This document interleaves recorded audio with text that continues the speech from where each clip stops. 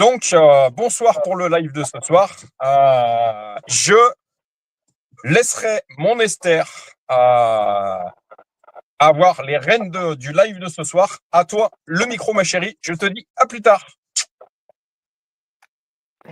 À plus tard. Voilà. Bon, ben, Jean-François, pour l'instant, on est tous les deux. Donc, comment vas-tu? As-tu passé une bonne semaine? Et puis, enfin, depuis dimanche, ça fait court. Oh oui, ça va, impeccable. Bien, bien.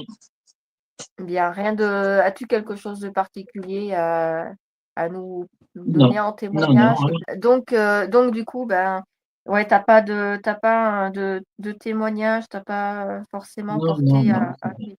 un témoignage, quelque chose qui t'est arrivé Non, à non, rien. souligner. D'accord. Tout va bien, tout est bien. Eh ben, c'est le principal, tout va bien, Mm, c'est le principal. Voilà. mm. Bon, pour ma part, pareil, une bonne semaine également. Je viens avec un bon rhume par contre, donc je suis Ah oui, ça. désolée si j'ai. Ça s'entend? Non, Ouais. pas trop. Non, non, pas Non, trop. bon, Non, alors non, pas si, trop. eh ben, tant mieux parce que si j'ai des coupures par moment, je suis là, c'est que je suis un peu en apnée. Ça m'arrive, mais bon, ça va quand même mieux qu'hier. Voilà. Jérémie a prié pour moi. J'ai passé une nuit un petit peu compliquée, mais depuis ce matin, ça va quand même beaucoup mieux. Voilà, et ben, si tu veux, on va commencer par la prière, du coup. Et puis après, on continuera la lecture de la Bible, et puis ben, on échangera autour de la parole. On en était à Genèse 10. On avait lu, alors tu avais pris en cours 8 et puis on avait lu le 9. Et on prendra donc Genèse 10 et puis ben, on va continuer. Puis, en fonction de ce qu'on lit, des questions à poser, des compréhensions qu'on a tous les deux, les uns les autres, et ben, on échangera autour de ça. Voilà. Est-ce que tu veux commencer par la prière ou tu veux que je commence? Ben, vas-y, comme tu veux, commence. Allez, eh ben, honneur aux dames alors. Voilà. Voilà. Eh ben, Seigneur Jésus-Christ, je te remercie euh, pour cette soirée, de nous confier à nouveau, nous permettre à nouveau d'être connectés pour le live de Réveil Chrétien en Auvergne de tous les mardis. Euh, je vais te faire une prière tout de suite pour Théo et Daniel pour qu'ils puissent nous rejoindre rapidement, qu'on puisse avoir des échanges, qu'on fasse connaissance de Théo et qu'on lui amène certaines réponses aux questions qu'il pourrait avoir. Voilà, donc voilà, je te le mets entre tes mains, Seigneur, pour le guider vers le live. Je te prie également pour que ce live se passe dans toutes les bonnes conditions de connexion, qu'on n'ait pas de coupure de réseau, de problème de réseau. Qu'également les échanges soient courtois, soient amicaux et soient dans ton amour, que chacun n'hésite pas à apporter son témoignage, à apporter sa compréhension, ses questions, pour qu'on puisse euh, vraiment avoir un échange, euh, un bel échange, un gros échange sur, autour de ta parole, sur ce que tu nous as laissé. Je te remets également tout de suite nos familles. Seigneur Jésus-Christ, permets-nous d'avoir une bonne semaine qui continue. Merci de nous avoir donné aussi un petit peu plus de fraîcheur cette semaine parce que on en avait besoin aussi. On a besoin de tout. On a besoin de soleil, on a besoin de frais et ça fait du bien. Je te remets voilà, nos différentes missions, nos différents travails. Je te remets également tous les déplacements que l'on pourra avoir au cours des prochains jours. Je te remets également le trajet de retour de mon chéri qui donc est en Ardèche pour sa mission funéraire et qui rentrera ce soir. Accompagne-le et que tes anges accompagnent son véhicule tout au long du trajet pour qu'il revienne à bon port. Voilà, je te remercie pour ta présence, ton écoute et viens vraiment nous éclairer, par rapport à tout ce qu'on va lire et comprendre aujourd'hui. Amen. Vas-y, vas-y Jean-François. Seigneur, merci vraiment pour tout ce que tu fais pour nos familles, pour tout, pour notre travail, pour tout, vraiment pour l'église, les églises aussi, tout, Seigneur, et vraiment pour les enfants de notre famille, comme pour Baptiste, pour les enfants de tout le monde, et vraiment que tu nous bénisses, Seigneur, et que que tu veilles sur nous, même sur tous nos matériels qu'on a, voiture et tout, Seigneur, que tu aies la main dessus, Seigneur. Vraiment, merci pour tout ce que tu fais. Au nom puissant de Jésus. Amen. Amen. Amen. Amen. Bien. Et ben donc si tu veux, on va prendre Genèse 10. Du coup.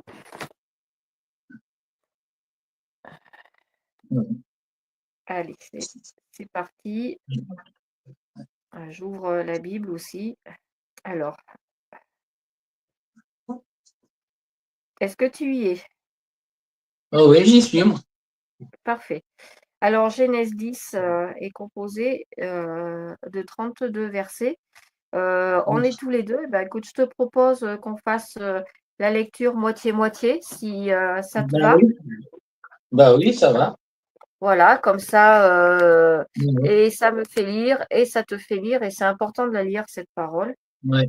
et que tout le monde la lise, parce que voilà, on Oui. a notre droit, notre temps de parole à chacun, et ça en fait partie également. N'hésite pas à noter des petites choses si tu as des questions, si tu as des choses que tu n'as pas bien comprises. Je le ferai de mon côté. On essaiera d'apporter des éclaircissements, à l'un comme pour l'autre, également à toutes les personnes qui pourront se connecter ou qui regarderont par la suite le live.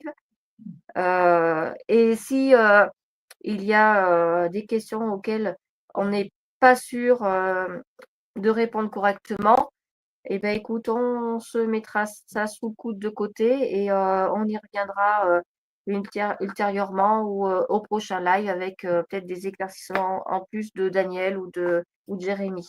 Voilà. Voilà. Et bien, écoute, je te laisse lire donc du coup du verset 1 au verset 16. D'accord, ok.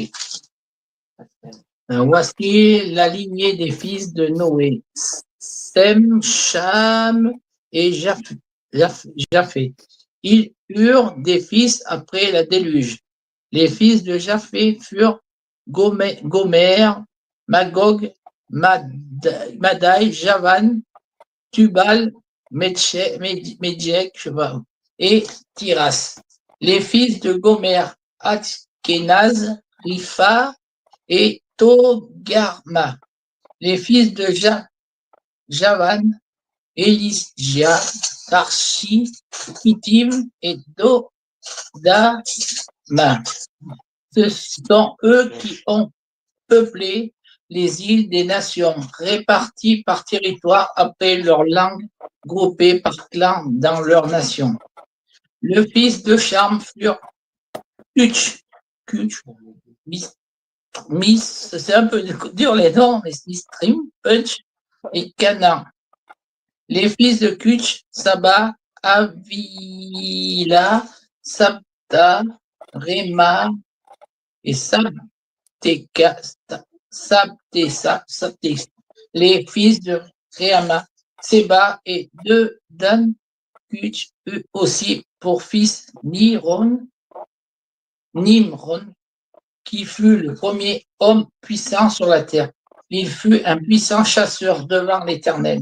C'est pourquoi l'on dit comme Mirom, puissant chasseur devant l'Éternel. Il régna d'abord sur Babel, Érec, Akkad et Galné dans le pays de Shinar. C'est de ce pays-là que sortit Assur. Il construit Ninive, Rehoboth, Ir, Kalach et Rezens, entre Ninive et Kalach, la grande ville. Reine eut pour descendants les Ludim, les Anamines, les Lehabines, les Natulim, les Pastrusim, les Caslusim, dont sont issus des Philistins et des Caporins. Canaan eut pour descendant Sidon, son fils aîné, et Hetz. Je vais prendre la suite. Et les Jébusiens, les Amoréens, les Girgasiens, les Éviens, les Archiens, les Siniens, les Arvadiens, les Tsémariens, les Amathiens. Ensuite, les familles des Cananéens se dispersèrent. Les limites des Cananéens allèrent depuis Sidon du côté de Guérar jusqu'à Gaza, et du côté de Sodome, de Gomorre, d'Adma, de Tseboïm jusqu'à Lécha. Ce sont là les fils de Cham, selon leur famille, selon leur langue, selon leur pays, selon leur nation. Il naquit aussi des fils à Sem, père de tous les fils d'Héber et frère de Japheth l'aîné. Les fils de Sem furent Élam, Assur, Arpachshad, Lud et Aram. Les fils d'Aram, Uts, Hul, Géter et Mash. Arpachshad engendra Shélak, et Shélak engendra Héber. Il naquit à Héber 2 fils. Le nom de l'un était Péleg, parce que de son temps la terre fut partagée. Et le nom de son frère était Joktan. Joktan engendra Almodad, Shélef, Hatsar-Mavet, Jirak, Adoram, Uzal, Dikla, Obal, Abimaël, Séba, Ophir, Avila et Jobab. Tous ceux-là furent fils de Joktan. Ils habitèrent depuis Mécha du côté de Séphar jusqu'à la montagne de l'Orient. Ce sont là les fils de Sem, selon leur famille, selon leur langue, selon leur pays, selon leur nation. Telles sont les familles des fils de Noé, selon leur génération, selon leur nation. C'est d'eux que sont sorties les nations qui se sont répandues sur la terre après le déluge. Voilà. Alors, il y a des passages dans la Bible qui sont assez compliqués à lire du fait de la multitude des noms qu'il y a. Et c'est des noms on n'a pas l'habitude de lire, hein. C'est voilà, tous ces noms, ces prénoms. Donc, c'est vrai, je suis d'accord avec toi, Jean-François, que c'est des fois un peu compliqué à prononcer. Il serait alors, ces noms-là, bien sûr, ne sont pas en français, hein. Ils sont voilà, ils sont d'origine biblique. Et c'est vrai que ce serait intéressant de les prendre finalement un par un, parce que chaque nom a une signification. Euh, il y a en français une science qui s'appelle l'étymologie, qui étudie justement l'origine du mot, l'origine d'un nom. Et un nom, en fait, peut vouloir dire beaucoup de choses. On a un exemple. Héber a eu 2 fils, et un des fils, alors ça c'est au verset 25, un des fils d'Héber s'appelle Péleg. Et juste à côté, il est marqué qu'il a été appelé Péleg parce que de son temps, la terre fut partagée. Voilà. Donc en fait, Péleg, je pense que si on regarde l'étymologie, on trouve dans Péleg le sens de scission, partage, de séparation, certainement. Donc ce serait à aller gratter, à aller voir. Et d'ailleurs, donc, comme je disais, tous les prénoms que tu retrouves là, et ben oui, ils ont tous une signification. Donc, on se souvient que le chapitre précédent, Noé a attendu une quarantaine de jours et pour que l'eau s'évacue de la terre après le déluge. Et c'est le premier jour de la première année, donc de l'an 601, qu'il a pu mettre le pied sur le sol. Et à partir de là, Dieu lui avait dit que l'arche pouvait être ouverte, qu'il ouvrait l'arche et qu'il pouvait se répandre sur la terre et être fécond et se multiplier. Noé avait 3 fils qui ont été sauvés du déluge avec lui, ainsi que les femmes de ses fils. Donc ses fils, leurs prénoms sont rappelés au verset 1, c'est Sem, Cham et Japheth. Voilà. Après le déluge, Sem, Cham et Japheth, du fait que leurs femmes ont été sauvées également du déluge, ont eu toute une descendance, et c'est ce qu'on lit dans Genèse 10. Et la descendance de Sem, Cham et Japheth obéit au commandement de Dieu, qui lui a dit dans Genèse 9 d'être fécond et de se multiplier. On voit grand nombre d'enfants qu'ils ont tous. Japheth, 1, 2, 3, 4, 5, 6, 7. Il a 7 enfants. Ses enfants ont fait des enfants. Donc il y a toute une généalogie. Voilà, on voit toute la généalogie de la descendance de Noé et de ses fils. Donc à partir de 3 êtres humains, quelque part Dieu a permis, déjà il a permis une nouvelle création puisque il a passé sa colère, il a vu que l'homme, de par sa naissance, était mauvais, mais il lui a laissé cette chance-là, c'est de remultiplier la terre. Et donc en fait, on voit qu'il y a une énorme descendance. Toutes les personnes qui sont nées donc de Sem, de Cham et Japheth, les enfants, les fils, les petits-fils, etc., se sont éparpillés. Ils ne sont pas tous restés au même endroit. Ils se sont éparpillés partout sur la terre. C'est marqué au verset 5 que c'est par eux qu'ont été peuplées les îles des nations selon leur terre, selon la langue de chacun, selon leur famille et selon leur nation. Donc en fait, ce sont les descendants de tous ces pays qu'on a aujourd'hui dans le monde finalement. Voilà. Quand on parle des nations, les nations, ce sont tous les peuples de toute la terre. Voilà. Donc, ils ont vraiment été très très nombreux puisqu'il y a eu dispersion.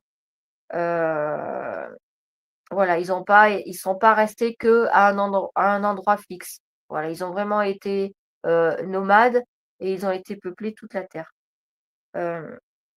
On retrouve la création, par exemple, de Canaan, verset 15. On retrouve des limites aussi de pays qui ont été faites. Par exemple, au verset 19, les limites des Cananéens allèrent depuis Sidon, du côté de Guérar, jusqu'à Gaza. Donc, on retrouve également des noms qui sont toujours actuels. Canaan, Gaza, Sodome, Gomorrhe, des histoires qu'on va retrouver un petit peu plus loin dans la Bible. Donc, c'est vraiment là, en fait, où je dirais en quelque sorte, le décor, entre guillemets, de la suite de ce qui est raconté dans la Bible, de ce qui est rapporté dans la Bible, est posé. Voilà. Il serait intéressant également de regarder une carte de l'époque. On en trouve sur Google. Des fois, je regarde. Afin de pouvoir un petit peu plus concrétiser ça dans nos têtes, de la façon en fait où était de quelle façon étaient ordonnés les pays, les régions à l'époque. C'est intéressant parce que on voit les limites, alors je vais pas parler de frontières, mais on voit les limites de chacune des régions. Et c'est vrai que ça permet vraiment d'avoir une réalité en fait, voilà, de comment était la terre, comment étaient les pays, les nations à cette époque-là. Quand je dis poser le décor, voilà, ça en fait partie. On connaît je sais pas, dans un film, dans une histoire, enfin du moins dans n'importe quelle histoire que ce soit, on a toujours des personnages, on a toujours le lieu où ça se passe. Et là, vraiment, ça devient beaucoup plus concret finalement. Autant quand on nous parlait du déluge, bon, l'image qu'on a quand on voit le déluge, c'est de l'eau de partout, sans forcément de terre ou quoi que ce soit, mais de l'eau de partout. Donc on a du mal finalement à se repérer dans l'espace. Et là, une fois qu'ils ont posé le pied au sol et puis il y a eu toute cette descendance, on arrive mieux à comprendre finalement où est l'Égypte, où est Canaan, où est Israël. Voilà. Donc très très intéressant d'aller voir une carte de l'époque. Voilà. Je le dis, Jean-François, si tu as cette curiosité-là, et également pour toutes les personnes qui écouteront le live, mettre en concordance les noms et les lieux. Voilà. Donc on voit vraiment que la descendance, elle est voilà, et pour se multiplier, ils se sont multipliés. Euh, il y a également des différences qui sont notées verset 31 et également au verset 5. Il est répété donc dans la Bible que les îles des nations ont été peuplées selon leurs terres, selon la langue de chacun, selon leur famille, selon leur nation. Verset 20 également, les fils de Cham, selon leur famille, selon leur langue, selon leur pays, selon leur version. Les fils de Sem, selon leur langue, selon leur pays, selon leur nation. Je trouve que c'est pas anodin non plus de noter qu'il y a déjà des différences dès le début qui se font. Je m'explique. Sem, Cham et Japheth, on est d'accord, étaient les 3 fils de Noé. On est d'accord. Donc, logiquement, ils parlent la même langue. Ils sont issus du même père, de la même mère. Ils ont été élevés de la même façon. Ils ont les mêmes caractéristiques familiales, linguistiques, etc. Dès l'instant qu'ils sont sortis donc de l'arche et qu'ils se sont multipliés, eh ben, on note que Dieu a certainement fait les choses de façon non anodine. C'est-à-dire que déjà, ils n'ont pas été au même endroit. Ils ont eu chacun des pays différents, des nations différentes, mais également des langues différentes. Voilà. Donc, je trouve que c'est intéressant de noter que finalement, tous les 3, à la base, avaient parlé la même langue. Et puis du fait qu'ils ont été, qu'ils se sont dispersés, eh ben, ils ont développé aussi une langue propre à chacune de leurs familles. Voilà. C'est la base aussi, nous, de ce qu'on a aujourd'hui avec la multiplication, la multitude de langues qui peuvent se parler dans le monde. Je crois que je vais pas dire de bêtises, mais il y a 1 millier de langues et de dialectes différents partout dans le monde. Alors, il y en a certainement qui sont oubliés, hein, parce que il y a tous les petits dialectes, après ce qu'on dit vulgairement chez nous, les patois, mais tous les petits dialectes aussi des petits peuples qui sont encore ici à droite à gauche. Voilà. Donc, d'un même groupe, d'une même cellule familiale, en fait, il y a eu des cellules finalement qui se sont dispersées un peu de partout avec leurs propres caractéristiques à chacune. Et non plus des caractéristiques. Alors, il y avait des caractéristiques communes qui sont forcément les ADN, puisqu'ils sont tous issus du même, ascendant qui est Noé. Voilà, ils sont tous descendants de Noé, mais ils ont après développé des caractéristiques spécifiques à chacun. Voilà, moi, de ce que je peux noter sur ce passage de Genèse 10. Est-ce que toi, de ton côté, Jean-François, il y a quelque chose qui t'interpelle, que tu as noté, ou un questionnement ou quelque chose en particulier? J'avais fait une recherche sur Genèse 10 et souvent, la Genèse 10 est souvent appelée la table des nations. J'avais fait une recherche comme ça, tu sais, pour voir ce que ça voulait dire Genèse 10. Ça me disait ça. Genèse 10 est souvent appelée la table des nations car il énumère les descendants des 3 fils de Noé. Ses fils et leurs familles sont devenus des fondateurs et de nombreuses nations et peuples qui se sont répandus sur la terre après le déluge. J'ai regardé un peu, j'avais lu un peu, j'avais regardé, j'avais fait ça, j'avais trouvé ça, j'ai dit, ça correspond bien un peu au. Ouais. Tout à fait, tout à fait. La table des nations. Eh bien, je Ouais. vais aller voir si on a quelque chose qui nous en dit un petit peu plus. Et oui, après, voilà, c'est ce que je disais. En fait, on a vraiment la fondation du monde finalement qui est là dans Genèse 10 sous nos yeux. Hein. Ouais. Autant au niveau donc du coup des positions géographiques des différents peuples finalement qui sont issus de la descendance de Noé, mais également la langue, enfin voilà, toutes ces caractéristiques-là. Et c'est intéressant parce qu'on se rend compte que finalement, euh, alors nous les nations, le mot nation pour nous, c'est l'équivalent de pays. Hein. Pays avec sa propre culture bien à elle. Voilà. Et ben, on se rend compte qu'aujourd'hui, en fait, on a sous nos yeux, dans Genèse 10,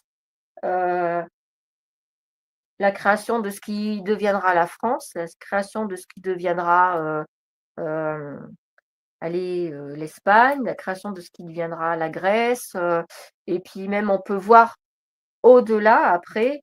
Bon, ça, ce sont des choses qui ont été découvertes après grâce aux grands découvreurs tels que Christophe Colomb, mais on peut se dire que eh ben, peut-être que certains sont partis de là et ont réussi à passer jusque en ce qu'on appelle aujourd'hui le continent américain et ont réussi à aller peupler ce continent-là aussi.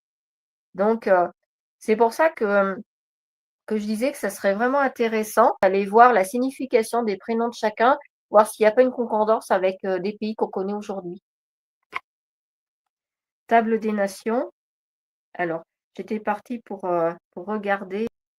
Voilà, la table, et cette Genèse 10 est également appelée table des peuples, appellation donnée à la liste des descendants du patriarche Noé, qui apparaît dans la Bible hébraïque et dans l'Ancien Testament. Elle donne une liste des peuples du Levant ancien. Alors, le Levant, en fait, c'est le Proche-Orient. Proche-Orient ancien. Selon la Genèse 10, toute la population du monde descendrait des 3 fils de Noé. C'est ce qu'on vient de voir. Les 3 fils qui étaient Japheth, Sem et Cham. Voilà, donc en fait, c'est toute la généalogie du Proche-Orient ancien, mais qui s'est étendue jusqu'à notre Occident, voilà, jusqu'à l'Occident. La table des peuples commence par une liste des descendants directs de Noé. D'ailleurs, il est bien noté que le nom de ces personnages éponymes ou de leurs enfants ont une signification en hébreu ou en arabe, et en arabe. Cham serait le père des Hamites et des Cananéens. Le terme chamite, enfin Cham, ça veut dire chaud, ça signifie chaud. Et ben eux, ils ont été. Le terme chamitique est utilisé par les linguistes pour désigner la famille de langues parlées à l'ouest de la péninsule arabique. Voilà. Sem serait le père des peuples sémites, qui veut dire, alors Sem, ça signifie nom ou renom ou postérité. Japheth serait le peuple d'Eurasie, et Japheth, ça signifie ouvert. Et Japheth serait le père des Européens. Voilà. Donc, si on suit cette généalogie, Japheth est notre ancêtre, finalement. Voilà. Nous, Européens, sommes descendants de Japheth. Donc, si on étend les choses, on est descendants de Noé, hein, effectivement. Et encore une fois, Noé qui a été le seul sauvé du déluge avec ses enfants, sa femme et les femmes de ses fils. Les fils de Japheth, il y a Gomer. Gomer serait l'ancêtre des Gaulois. Ashkénaze. Ashkénaze serait l'ancêtre des Saxons et des Scandinaves. Magog, l'ancêtre des Scythes. Madaï, l'ancêtre des Iraniens et des Mèdes. Yavan, l'ancêtre des Grecs et des Latins. Toubal, l'ancêtre des peuples ibériques. Donc les peuples ibériques, aujourd'hui, ça correspond au Portugal, l'Espagne. Les fils de Cham, Couche, l'ancêtre des Éthiopiens. Mizraïm, l'ancêtre des Égyptiens. Alors, c'est quelques exemples que je donne. Canaan correspond aujourd'hui à l'Israël et au Liban. Le pays de Canaan, il en parle. Alors, je n'ai pas le verset sous les yeux, mais c'est un petit peu dans le milieu du passage de Genèse 10. Les fils de Sem, par exemple, qui ont donné les Sémites, Ashur est l'ancêtre des Assyriens. Arpachshad, un nom pas évident à prononcer, c'est le père des Chaldéens et des Hébreux. Aram, le père des Araméens. Abraham, l'ancêtre des Hébreux et des Arabes du Nord. Voilà. Donc c'est vraiment intéressant de se plonger. Alors je sais que toi, Jean-François, tu n'es pas très histoire, tout comme notre Daniel également. Mais tu vois, quand on se plonge dans l'étude vraiment poussée des noms, des lieux, on arrive à avoir des compréhensions en plus du passage biblique et on comprend que effectivement, on est devant la vérité. Nous, Européens, écoute, hein, on est issus, on est les descendants de Japhet. Voilà. C'est merveilleux de savoir ça, de savoir qu'on a vraiment cette postérité, on a le sang de Noé qui coule dans nos veines. Voilà. Je sais pas ce que tu en penses, mais voilà, je trouve qu'il y a vraiment enfin, c'est important de se pencher là-dessus parce que voilà, on comprend encore plus les choses. L'histoire de ce monde est vraiment magnifique, est vraiment grande. Je pense pas qu'en une vie on puisse tout l'étudier dans sa totalité, mais il y a vraiment des choses super intéressantes à en ressortir. Voilà. Que penses-tu de ce que je viens de te dire? Ouais, c'est intéressant de reprendre tous les noms, rechercher comme tu as fait. Ouais. Ça serait Après, intéressant. ouais. C'est alors tu peux le faire. On verra que tout au long de la Bible, de la lecture de la Bible, on retrouve beaucoup de généalogies comme ça. Et alors c'est vrai que ce sont des passages qui sont pas évidents à lire parce qu'il y a des noms, on a du mal à les prononcer. Mais finalement, s'ils sont écrits dans la Bible, c'est qu'ils ont toute leur importance. Voilà. Comme je te disais, c'est qu'ils posent vraiment, entre guillemets, le décor de tout ce qui va se passer par la suite.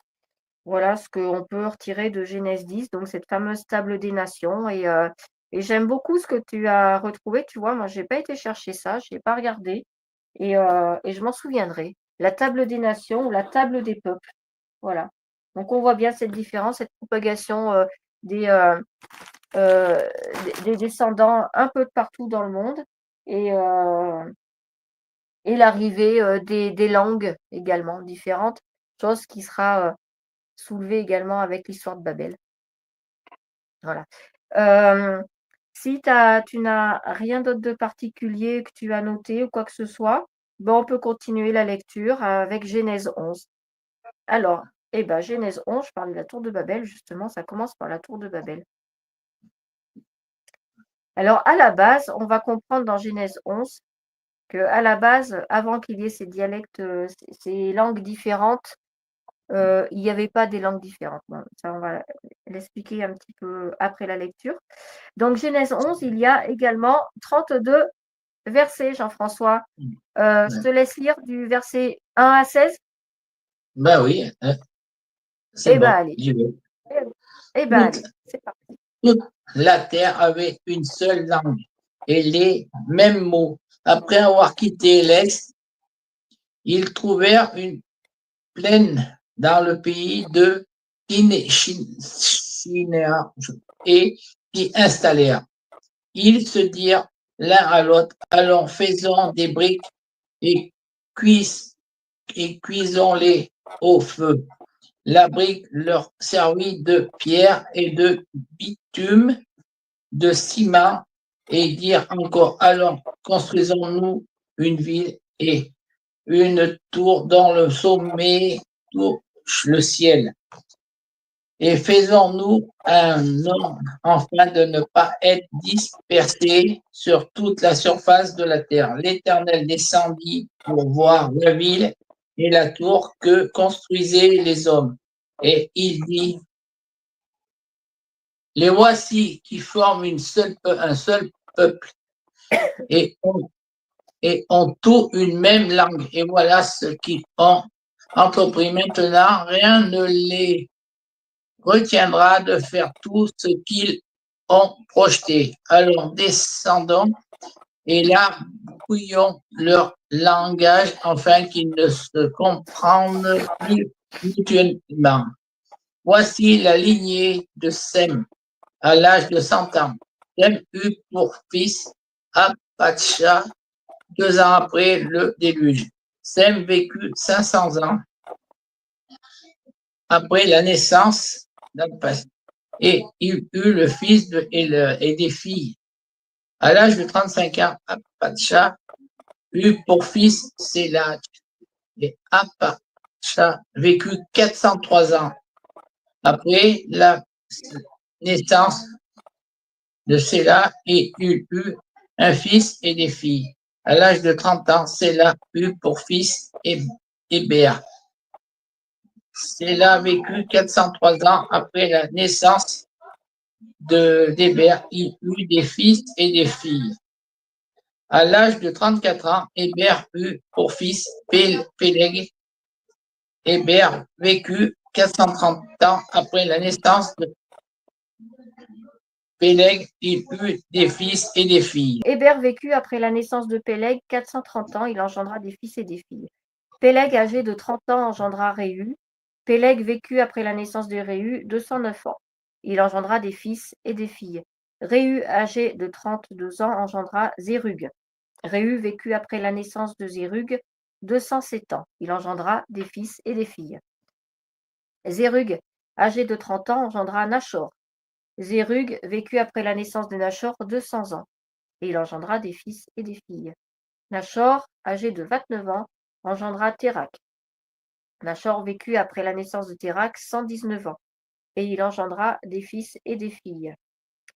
Térach, âgé de 70 ans, engendra Abram, Nachor et Haran. Voici la postérité de Térak. Térak engendra Abram, qui deviendra par la suite Abraham. Nachor et Haran. Haran engendra Lot, et Haran mourut en présence de Térak, son père, au pays de sa naissance, à Ur, en Chaldée. Abram et Nachor prirent des femmes. Le nom de la femme d'Abram était Saraï, qui deviendra Sarah. Le nom de la femme de Nachor était Milca, fille d'Haran, père de Milca et père de Gisca. Saraï était stérile, elle n'avait point d'enfant. Térak prit Abram son fils, et Lot, fils d'Haran, fils de son fils, et Saraï sa belle-fille, femme d'Abram son fils. Ils sortirent ensemble d'Ur en Chaldée pour aller au pays de Canaan. Ils vinrent jusqu'à Charan et ils y habitèrent. Les jours de Térak furent de 205 ans, et Térak mourut à Charan. Voilà. Est-ce que tu as quelque chose que tu as noté dans ce chapitre de Genèse 11? Pour le moment, Christelle, non, rien pour le moment. Non. Alors moi, je vais apporter quelques petits éclaircissements, si tu veux. Et, Oui. moi, voilà, ma compréhension à moi. La première partie de ce chapitre, donc du verset 1 à 9, en fait, c'est l'explication de Genèse 10. On a vu dans Genèse 10 que à partir de Noé et de ses fils, il y a eu toute une descendance qui s'est éparpillée partout sur la terre. Ça ne s'est pas fait tout de suite dès qu'ils sont descendus de l'arche, mais il y a eu avant cela la construction de la tour de Babel.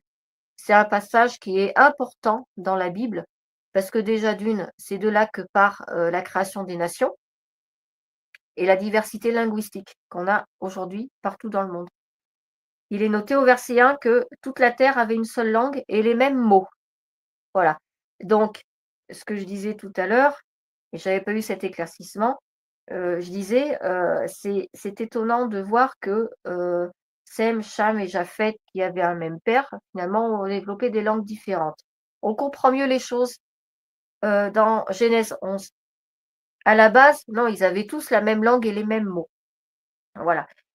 Et pour faire simple, donc ils sont descendus de l'arche, ils ont trouvé un endroit où habiter, ils ont décidé de construire une ville et d'avoir, entre guillemets, un lieu de ralliement. Voilà. Et ce lieu de ralliement, c'est une tour. Ils ont décidé de construire une tour, donc qu'ils ont appelée la tour de Babel, qui est appelée la tour de Babel. Verset 4. Bâtissons-nous une ville et une tour dont le sommet touche le ciel et faisons-nous un nom. Ils veulent avoir qu'un seul, même nom. C'est une volonté de leur part. Ça me fait penser un petit peu à nous où on a besoin en fait de connaître et d'être bien ancré dans nos racines. On a un nom de famille, ça permet finalement quelque part de se faire, comment je dirais, un milieu propre à nous et d'avoir un repère. Voilà, c'est un repère. Son nom de famille, c'est un repère. Tu sais que toi, tu t'appelles Jean-François Doupeux parce que les personnes, tes aïeux, avaient ce nom-là. Donc c'est enraciné au plus profond de toi finalement. Ça fait partie de toi, ton nom de famille. Et eux, jusqu'à présent, ils avaient peut-être que des prénoms. Donc ils ont une volonté de se trouver un nom commun à tous pour montrer en fait qu'ils font partie du même groupe. Voilà. Tu vois ce que je veux dire? Qu'ils font partie du même groupe. Et donc, autour de cette tour, et d'ailleurs, il y a leur volonté, d'ailleurs, ça je ne l'ai pas non plus dit, mais il est bien marqué au verset 4, afin que nous ne soyons pas dispersés sur la face de toute la terre. Donc, ils voulaient bien rester tous ensemble. La dispersion qui a lieu après n'est pas de leur fait. Ce n'est pas eux qui l'ont décidé. Eux, à la base, quand ils sont arrivés, qu'ils ont mis du pied au sol, ils voulaient rester regroupés dans un même lieu, autour de cette tour, dans cette ville qu'ils vont construire. Voilà. Mais il y a une chose qui est importante et qui se passe, verset 5, l'Éternel qui est au-dessus de tout et qui voit tout, a voulu voir cette ville et cette tour que bâtissaient les hommes. Et voici ce qu'il dit. Voici, ils forment un seul peuple et ont tous une même langue. Et c'est là ce qu'ils ont entrepris. Maintenant, rien ne les empêcherait de faire tout ce qu'ils auraient projeté. On voit qu'en fait que l'Éternel Dieu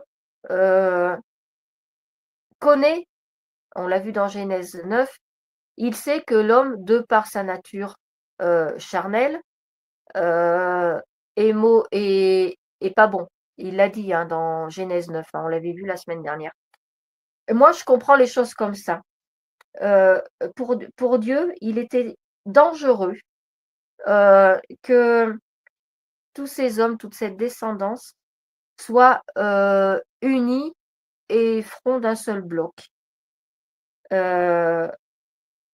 Parce qu'en fait, ils peuvent tous s'entendre pour projeter des choses qui peuvent être mauvaises.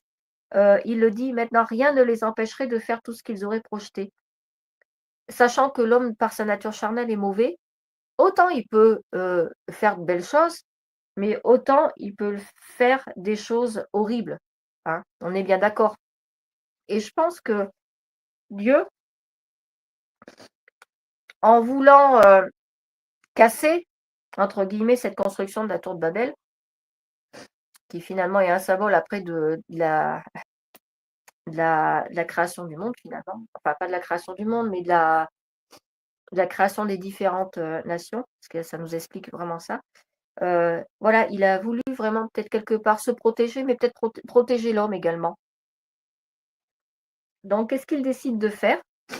Il décide de confondre leur langage. Confondre leur langage, ça veut dire tout simplement, je vais donner à l'homme des langages différents pour qu'ils ne se comprennent pas entre eux, afin qu'ils n'entendent plus la langue les uns des autres. Voilà, de façon à ce qu'il n'y ait plus cette unité.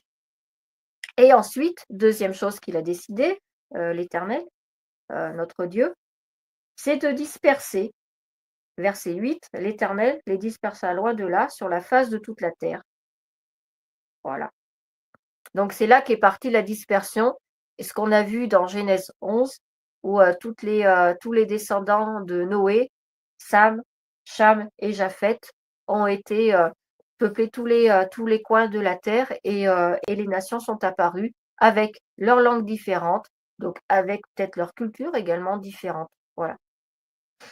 Et de là, ils cessèrent de bâtir la ville. Du fait qu'ils soient dispersés de partout, et ben, ce projet commun qu'ils avaient à la base, d'être unis à un seul endroit, c'est carrément. C'est intéressant d'ailleurs parce qu'il y a un site qui permet aux gens d'apprendre les langues qui s'appelle Babel. Passé un temps, ils en faisaient beaucoup la publicité.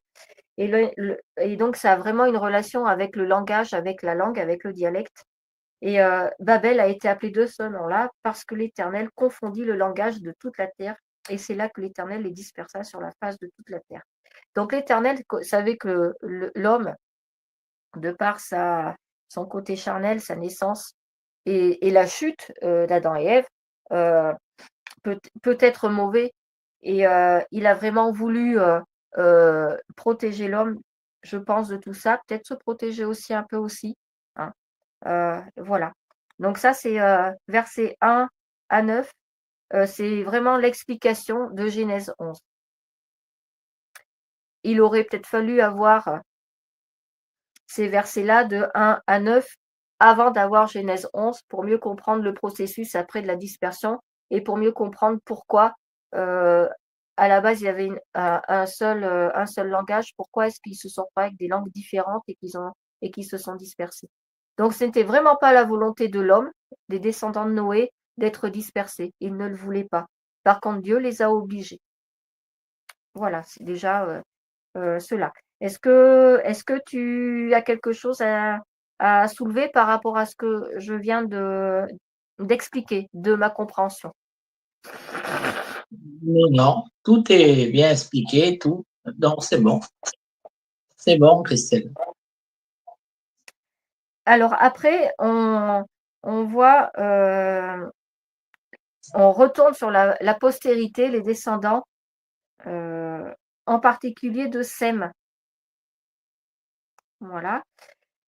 Moi, il y a une chose que j'ai notée, c'est qu'à partir de Sem, tous ses descendants ont fait des fils et des filles aux environs des 30 ans. Sauf Sem qui l'a fait à 100 ans. Mais tous les autres aux environs des 30 ans. Et on avait noté, alors je ne sais pas si tu avais été là quand on en avait parlé avec Daniel, je crois que c'était plutôt dans Genèse 8, il me semble, que Noé a été le dernier homme qui a vécu le plus longtemps, plus de 900 ans, hein, il me semble. Et bien, on voit qu'à partir de cette postérité de Sem, ben, petit à petit, en fait, l'espérance de vie, ce qu'on appelle aujourd'hui l'espérance de vie, diminue, diminue, diminue, diminue. Les enfants sont faits plus tôt, aux alentours de 30 ans, alors que Noé, lui, il a fait des enfants tard, Sem a fait des enfants à 100 ans. Aujourd'hui, on ne le fait plus. Hein. Aujourd'hui, c'est bien entre 25 et 35 ans en général, la moyenne. Donc bibliquement, là, on est dans la moyenne actuellement. Par contre, Dieu avait dit il me semble, il faudrait que je retrouve le verset, peut-être que mon chéri nous fera cet éclaircissement quand il viendra ou tout à l'heure ou la semaine prochaine. Dieu avait dit que les jours de l'homme ne seraient plus aussi importants que ce qu'ils avaient été auparavant. Il me semble que ça avait été dit dans les Genèses précédentes. Et effectivement, on voit que là, l'espérance de vie diminue beaucoup. Péleg, alors Héber vécut 430 ans. Ensuite, il y a eu Péleg, 209 ans. Ensuite, il y a eu, par exemple, Sérug, 200 ans. Un autre exemple, et alors ça, c'est en montant dans la descendance, hein, que l'âge descend, l'âge de l'espérance de vie descend. Il y en a un autre, par exemple, qui a vécu 119 ans. C'est Nachor. Nachor, 119 ans. Le père de Nachor, il a vécu 120 ans, je crois. Enfin, voilà. Donc vraiment, petit à petit, l'espérance de vie descend et on arrive à une espérance de vie qu'on retrouve actuellement, quand tout va bien. On se souvient de notre Jeanne Calment, qui a été la doyenne des doyennes, qui est décédée à l'âge de 121 ans. Voilà. Donc, les choses qui étaient établies à cette époque-là, on les retrouve encore aujourd'hui. Hein. Cette moyenne de naissance dans les 30 ans. Et quand tout va bien, on peut espérer vivre jusqu'à 100 ans, peut-être comme Jacques Camand, 120 ans, je ne sais pas. Pourquoi pas? Voilà. Il y a également deux personnages qui vont être très très importants par la suite, et donc qui sont les descendants de Sem. Enfin, il y en a un qui est le descendant de Sem, enfin si, deux, allez, je vais te dire, il y en a deux, de Sem et d'Aran, de Sem d'ailleurs, qui est Abraham. Donc là, on le voit au verset 26. Térak, donc qui est un des descendants de Sem, donc un des fils de Noé, qui a engendré Abraham et qui a engendré Haran, et Haran a engendré Lot. Abraham et Lot sont deux personnages bibliques importants. Abraham, on l'appelle le père des nations également. Hein. Abraham qui deviendra Abraham, on le verra dans la suite. Hein. Et Lot, l'histoire de Sodome et Gomorrhe. Voilà, mais ça, on lira aussi par la suite. Donc là aussi, il y a des noms posés qu'on va retrouver. Abraham a pris pour femme, c'est très important aussi de le voir. Enfin, si ça a été noté, rapporté, c'est que c'est important. Sa femme s'appelait Sarai. Sarai qui deviendra Sarah. Voilà. On n'oublie pas que bien souvent, quand Dieu a posé sa bénédiction sur un homme, sur une femme, il lui change son nom, il lui change son prénom. Abraham devient Abraham pour une bonne raison et Sarai deviendra Sarah pour une bonne raison. Sarai, on nous dit dès le début, là au verset 31, que elle ne pouvait pas avoir d'enfant parce qu'elle était stérile. On verra par la suite que il en était, par la grâce de Dieu et la volonté de Dieu, il en était complètement différent et sur le tard aussi. Voilà. J'ai rien d'autre de particulier à dire par rapport à cela. On voit des noms qu'on a vus tout à l'heure, hein, par exemple Arpachshad, Péleg, Héber, voilà. C'est la continuité vraiment de la généalogie des descendants de Noé. On voit tout simplement que il y a un de ses descendants qui s'appelle donc Térak, qui est parti avec Abraham, Lot, la femme d'Abraham, qui sont partis de Chaldée, là où ils étaient, pour partir dans le pays de Canaan. Voilà. Et puis voilà ce que j'ai à dire par rapport à ce passage-là. Mais oui, vraiment très très très très très important de noter cela. On voit apparaître le nom d'Abraham qui va avoir toute son importance dans l'histoire biblique.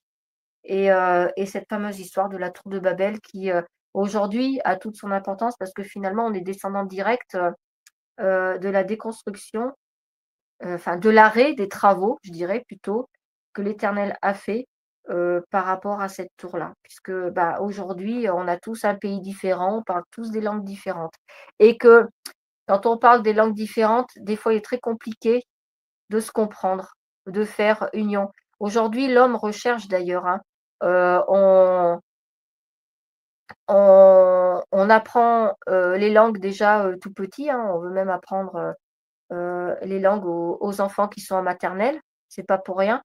Hem, on veut voilà, l'homme finalement recherche, cette union qu'il a perdue, heu, parce que c'est vrai quand on parle le même langage, on se comprend beaucoup mieux. Voilà. Voilà, voilà ce que j'ai à dire. Alors je vois qu'il est 19h09, ça fait une petite heure qu'on fait le live ensemble, Jean-François. Heu je ne vois pas Daniel arriver et je ne vois pas Théo arriver, donc je pense qu'on va continuer, tous les 2. Est-ce que tu avais alors on a lu, Genèse 10, 11 pardon, oui Genèse 10 et 11. Je pense qu'on a bien parlé autour de ces 2 chapitres. Heu, je voulais simplement te poser une question. Est-ce que tu avais, une, quelque chose à remettre? Quelque chose, que tu comprends pas ou, un thème qui te serait, important, d'aborder, ou quelque chose comme ça? C'est un truc qui m'a gêné un peu. Là. Construisons-nous une ville et une tour dont le sommet touche le ciel. Ah Ça, oui, voilà. ça m'a Heu, fait. est-ce que tu crois toi de ton côté qu'il est possible de toucher le ciel? Non, non, c'est pas Réellement? possible pour nous. Bah, non. Je ne Aujourd'hui, pense pas. on le voit, hein, l'homme construit des gratte-ciel aussi et il y a un petit peu, je pense, notamment à Dubaï, il y a un peu la concurrence au gratte-ciel qui sera le plus haut. Ouais, C'est des records, ouais. voilà. Qu'est-ce que tu comprends toi par là? Moi, j'ai compris. Là, j'ai compris que c'est pour déjà comme le sommet touche le ciel, ça peut pas. Je pense que ça peut pas être, peut pas. Ça va être haut, mais ça touchera pas le ciel, je pense. Non, c'est C'est ce que sûr. j'ai lu. Ouais. Ouais. Heu, l'homme avait la connaissance de Dieu forcément puisque, Noé a construit l'arche. Pourquoi? Parce que Dieu s'est révélé à lui. Donc, l'homme avait la connaissance de Dieu. Il savait que Dieu existait, que Dieu était là, que Dieu était présent, que Dieu était au-dessus de lui. Hein. Mm. Moi, ce que je vois, ce que je comprends dans ce passage-là, en fait, et c'est peut-être une des raisons pour laquelle l'Éternel a dit rien ne les empêcherait de faire tout ce qu'ils auraient projeté. Peut-être que l'Éternel a vu ça comme une menace, c'est-à-dire que l'homme, sachant qu'il est mauvais de par sa nature charnelle, depuis son enfance, hein, c'est noté dans Genèse 9, heu, hem, de vouloir aller toucher le ciel. Moi, ça me fait penser au fait, en fait, que l'homme voulait aller toucher Dieu, mais de façon charnelle, Voilà. voire même de se mettre à la Ouais, même hauteur que Dieu. ouais. Et quelque part, on sait que, notre Dieu est un Dieu jaloux, on le sait. Voilà. Mais c'est lui le plus grand, c'est lui le seul, l'unique, le Dieu au-dessus de tout. Au-dessus de tout d'ailleurs, je pense que c'est pas anodin que je dise ça, au-dessus de tout. C'est-à-dire que Dieu n'a certainement pas voulu et ne voudra, jamais que l'homme soit au-dessus de lui. L'homme est une création de Dieu, mais l'homme n'est pas Dieu. Le problème, et on le voit encore aujourd'hui, avec toutes les aberrations, par exemple scientifiques qu'il y a. Je parle de clonage, je parle de tiens, j'ai vu il y a pas très longtemps que les Chinois ou les Japonais, je crois, je sais plus lesquels, ont réussi à créer des utérus, artificiel qui accueille des embryons humains pour pouvoir faire grandir l'embryon dans un utérus artificiel. L'homme touche à la création. Il n'y a qu'un seul créateur, il n'y a qu'une seule personne, on ne va pas le personnifier, mais il n'y a qu'une seule entité, je dirais, qui peut toucher à la création, c'est le créateur lui-même. Le problème de l'homme, c'est que bien souvent, il veut se mettre à la hauteur de Dieu. Moi, je pense que le fait d'avoir voulu construire une tour qui touchait le ciel, c'était vraiment pour se mettre à la hauteur, au niveau de Dieu, mais niveau qu'il n'aura jamais. Et c'est dangereux, parce que encore une fois, on voit les aberrations aujourd'hui. Voilà. On voit toutes les dérives aujourd'hui. Quelque part, Dieu a voulu protéger l'homme, mais Dieu a voulu imposer sa place aussi. Dire attention, toi l'homme, tu veux construire une tour qui touche le ciel, donc qui vient chez moi, qui me touche moi, voire qui va peut-être être au-dessus de moi, mais sache que ça, non, c'est pas ta place. C'est moi le Dieu au-dessus de tout. C'est moi le Tout-Puissant, ce n'est pas toi. Voilà. Quelque part, je pense que c'était un rappel. Et effectivement, de là, d'avoir créé, d'avoir confondu. On dit pas, enfin, le mot créer n'est pas utilisé. C'est le mot confondre. Confondre, ça veut dire un peu brouillon, que les gens vraiment ne se comprennent pas. C'était une façon finalement à Dieu de protéger l'homme et de se protéger lui-même. Et de montrer que c'est lui qui est au-dessus de tout, mais c'est pas l'homme. Voilà ce que je comprends. Tu as raison, Christelle, parce que c'est vrai, quand tu as dit qu'il voulait monter à la hauteur de Dieu, tu as raison ce que tu as dit. Moi, je pense que c'est ça. Si vous voulez, en faisant ça, monter vers Dieu, et c'est Ouais. pour ça. C'est pas d'aujourd'hui, hein, finalement. Hein. Aujourd'hui, tout ce qui se passe, notamment l'homme qui touche directement à la création, hein, finalement, il a toujours voulu faire ça. Hein. C'est ancré vraiment au plus profond de lui. Hein. Est-ce que c'est parce que il n'a pas admis sa chute euh, depuis sa sortie du jardin d'Éden, là, depuis Adam et Ève? Est-ce que, enfin voilà, il a toujours ce désir finalement d'être meilleur que l'un ou que l'autre et d'être voilà, d'être au-dessus de Dieu. Et ça c'est grave, hein, parce que finalement, il n'a pas compris qu'il y en a qu'un seul, enfin du moins celui qui est pas éclairé, hein, parce que heureusement que de nos jours, il y a des personnes, des chrétiens, qui ont le Saint-Esprit, qui sont éclairés. Mais bon nombre n'ont pas compris qu'il y a un seul et même créateur et il n'y a qu'un seul Dieu tout-puissant. Voilà, mais c'est vrai que c'est finalement cette histoire de vouloir être, au-dessus de Dieu, heu, c'est pas nouveau, hein. C'est pas nouveau. Ouais, c'est grave parce que, hem, on se demande, à quel moment, l'homme peut s'arrêter dans cette bêtise-là, hein. J'utilise pas des mots vulgaires.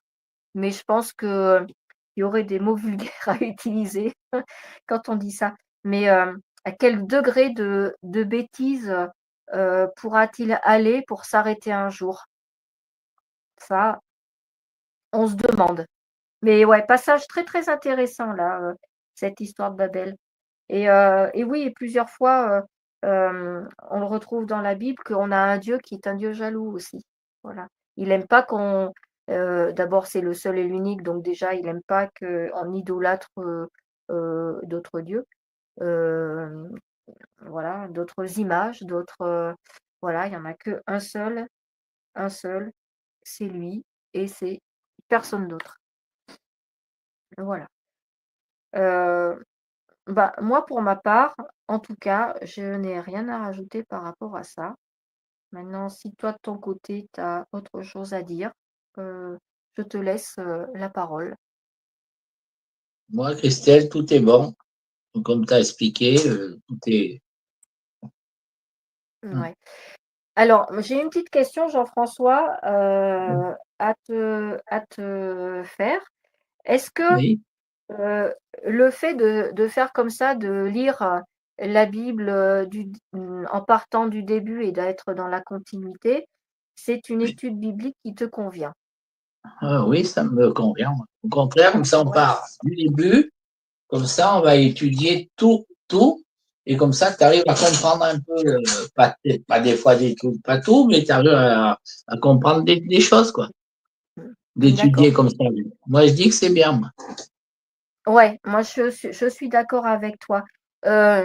Utiliser des thèmes et puis parler de ce thème-là en illustrant de versets piochés dans tel livre, dans tel chapitre, dans tel, c'est intéressant aussi parce qu'on parle que d'un seul thème, c'est vrai, mais faut garder en tête quand même que la Bible est faite donc de plusieurs livres et ces livres-là, finalement, ce sont des récits qui nous sont rapportés par différentes personnes. Il y a Luc, Matthieu, Pierre, voilà. Ils vont raconter tous la même chose finalement, notamment quand ils sont témoins de la vie et de la passion de Jésus, mais avec leurs mots à eux, leur compréhension à eux, leur témoignage à eux également. Voilà. Mais finalement, il faut bien comprendre que euh, l'étude biblique, c'est avant tout l'étude d'une histoire. Si on part de la Genèse. La Genèse, en quelque sorte, c'est une introduction. La Genèse, c'est la création, c'est le début. On appellerait ça dans un roman aujourd'hui le prélude, par exemple. Voilà. Et donc, moi, je trouve que c'est vraiment important pour avoir vraiment une meilleure compréhension, une meilleure étude finalement. Euh, quand tu comprends ce qui s'est passé avant, tu comprends mieux ce que tu lis actuellement. Heu, Moi je dis, c'est souvent que je dis ça à mon chéri, c'est que, par exemple, c'est un exemple, hein, pour comprendre ce qui se passe historiquement aujourd'hui, de nos jours, il est obligatoire, de comprendre et de savoir ce qui s'est passé, hem, les 10, 20, 30, 50, 100 dernières années avant. Parce qu'en fait, il y a une relation de cause à effet finalement. Une histoire, c'est une relation, tu as un début, tu as un milieu, tu as une fin. Bon, avec la Bible et avec les promesses de Dieu, c'est super parce qu'il n'y a pas de fin. Voilà. On a notre salut, on a la promesse, si on est bien dans notre marche avec Dieu, d'avoir une continuité auprès de lui. Donc ça, c'est super. Voilà, il y a pas de fin. Mais il n'empêche que, heu, quand tu n'importe quel alors la Bible, c'est un livre, on est bien d'accord, mais c'est également la parole. Si on le prend comme un livre, il y a une continuité. Voilà, c'est une histoire, il y a une continuité. C'est une histoire réelle, des faits réels, mais c'est une continuité. Voilà. Heu, Moi je C'est comme trouve tu de mon dis, côté oui, c'est comme vas-y, je tu dis, t'écoute. c'est vrai que d'étudier comme on fait là, tu apprends plus de choses. Comme tu fais, Christelle t'explique, tu vois, tu comprends plus de choses que quand tu es tout seul, tu lis. Comme tu fais, t'expliques bien, comme ça, moi j'aime bien. Ça permet de je vais reprendre une expression que mon chéri dit souvent. En fait, ça permet de bien la mâcher. Voilà. Non seulement on la lit, mais le fait de revenir sur les versets, de voir ce qu'il y a dedans, ce qu'on peut comprendre d'un chapitre, voilà, d'un passage, d'un des chapitres, et ben ça permet en fait de le mastiquer. Voilà, bah, il y a ce, il y a cette action-là. La Bible, c'est une nourriture. De lire les versets, de bien plonger dans chaque chapitre en prenant le temps, ça permet de mâcher, de mastiquer. Et au bout de cette action-là, qu'est-ce qu'on a? On a la digestion qui arrive. C'est-à-dire en fait qu'on l'assimile beaucoup mieux, moi je trouve. Voilà. On arrive plus facilement à se souvenir des versets. On arrive plus facilement, mais c'est compliqué. Après, je sais ce que tu as dit la semaine dernière, que toi, il est compliqué de ton côté de dire, de citer un verset, de dire, bah, c'est verset, chapitre tant, verset tant et tout. Voilà, Moi, c'est exactement ça, pareil. Ouais. c'est pareil. Moi, Moi, c'est j'arrive pareil. pas. Et il y en a Voilà. qui sortent ça comme moi, je peux pas. Je sais pas comment ils font. Alors, ceux qui peuvent, ils ont vraiment une étude approfondie et, relis constamment. Et la plupart, c'est qu'ils ont fait des études bibliques aussi, hein, qui sont vraiment plongés dedans. Mais après, ceci dit, ils connaissent très bien la Bible. Ça ne veut pas dire pour autant qu'ils vont connaître vraiment par cœur tous les versets. Notamment, il y a des fois des petits versets justement qui peuvent nous échapper. Il y a des choses qu'on ne comprend pas tout de suite, qu'on comprend plus tard quand on y revient. Enfin, notre pasteur, il le dit, hein, des fois occulte. Hein. Il a médité sur tel truc, il n'avait pas eu cette compréhension-là, mais il l'a plus tard, il a une révélation plus tard et il revient dessus. Voilà. C'est toute une gymnastique du cerveau qu'il faut avoir des fois. Voilà. Mais au moins, de faire des lectures comme ça avec vraiment une étude approfondie, et ben moi c'est pareil, je me rends compte que je l'assimile beaucoup plus et que finalement, ça va être beaucoup plus facile pour moi de dire ah bah tiens dans tel alors je vais peut-être pas citer le numéro du verset, mais dans tel livre il y a ça, tu vois. Voilà. Voilà. Est-ce que donc toi tu n'avais pas de thème particulier à aborder aujourd'hui? Tu n'avais pas de demande particulière? C'était bon, Christine. D'accord. Eh C'était ben bon. moi écoute, je te propose de continuer dans ce cas-là. Ah. On avance, donc on va aller sur Genèse 12 et puis donc Genèse 11, on a vu que Noé avait eu beaucoup de descendants, que ses fils avaient beaucoup de descendants également, qu'il y a eu l'histoire de Babel avec la dispersion des peuples et la création des langues, finalement. Voilà, donc là, on va continuer avec le début de l'histoire d'Abraham. Abraham, père des nations. Voilà. Donc, dans Genèse 12. Et après, je pense que on arrêtera avec Genèse 12, Jean-François, si tu veux bien, parce Oui, qu'il est oui, 19h30. oui, Voilà, oui. comme ça, on a vu 3 chapitres. Ils étaient pas très longs, hein, 32 versets chacun.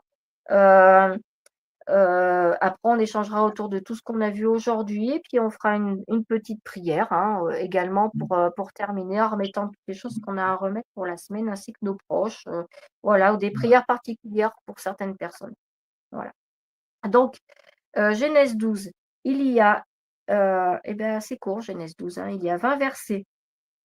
Donc, moitié-moitié, ça fait 10-10. Voilà, je te laisse la parole. L'Éternel dit à Abraham, quitte ton pays, ta patrie et ta famille, et va dans le pays que je te montrerai. Je ferai de toi une grande nation. Je te bénirai, je rendrai ton nom grand et tu seras une source de bénédiction. Je bénirai ceux qui te béniront et je maudirai ceux qui te maudiront et toutes les familles de la terre seront bénies en toi. Abraham partit conformément à la parole de l'Éternel et Lot partit avec lui. Abraham était âgé de 75 ans lorsqu'il quitta Charan. Il prit sa femme Sarai et Lot, le fils de son frère, et il prit aussi tous les biens et les serviteurs dont il était devenu propriétaire à Charan. Et ils partirent pour se rendre dans le pays de Canaan, où ils arrivèrent. Abraham traversa le pays jusqu'à l'endroit appelé Sichem, jusqu'aux chaînes de Morée. Les Cananéens occupaient alors le pays. L'Éternel apparut à Abraham et dit, c'est à ta descendance que je donnerai ce pays. Abraham construit là un autel à l'honneur de l'Éternel et lui était apparu. Il partit de là vers la région montagneuse qui se trouvait à l'est de Bethel et il dressa ses tentes. Après, Bethel était à l'ouest et Haï est l'est. Là, il construit un autre autel en honneur de l'Éternel et fit appel au nom de l'Éternel. Puis Abraham continua par étapes en direction de Néguev. Voilà. Voilà. Il, Migway, c'est le midi. Moi, j'ai la version qui me dit le midi. d'accord. Il y eut une famine dans le pays et Abraham descendit en Égypte pour y séjourner, car la famine était grande dans le pays. Comme il était prêt d'entrer en Égypte, il dit à Sarai, sa femme, « Voici, je sais que tu es une femme belle de figure. Quand les Égyptiens te verront, ils diront, c'est sa femme, et ils me tueront et te laisseront la vie. Dis, je te prie que tu es ma sœur, afin que je sois bien traité à cause de toi et que mon âme vive grâce à toi. » Lorsqu'Abraham fut arrivé en Égypte, les Égyptiens virent que la femme était fort belle. Les grands de Pharaon la virent aussi et la vantèrent à Pharaon. Et la femme fut emmenée dans la maison de Pharaon. Il traita bien Abraham à cause d'elle, et Abraham reçut des brebis, des bœufs, des ânes, des serviteurs et des servantes, des ânesses et des chameaux. Mais l'Éternel frappa de grandes plaies Pharaon et sa maison au sujet de Sarai, femme d'Abraham. Alors Pharaon appela Abraham et dit, « Qu'est-ce que tu m'as fait? Pourquoi ne m'as-tu pas déclaré que c'est ta femme? Pourquoi as-tu dit, c'est ma sœur? Aussi l'ai-je prise pour ma femme. Maintenant voici ta femme, prends-la et va-t'en. » Et Pharaon donna ordre à ses gens de le renvoyer, lui et sa femme, avec tout ce qui lui appartenait. Voilà. Alors, comme tout à l'heure, qu'est-ce que tu as noté, toi, de ce passage? Je suis en train de regarder, rechercher un peu. Abraham, là, c'est où? C'est à ta descendance que je donnerai ce pays. Abraham construisit là un autel à l'honneur de l'Éternel qui lui était apparu. C'est là que il construisit là un autre autel à l'honneur de l'Éternel. Oui. Verset 7. Abraham bâtit là un autel à l'Éternel qui lui était apparu.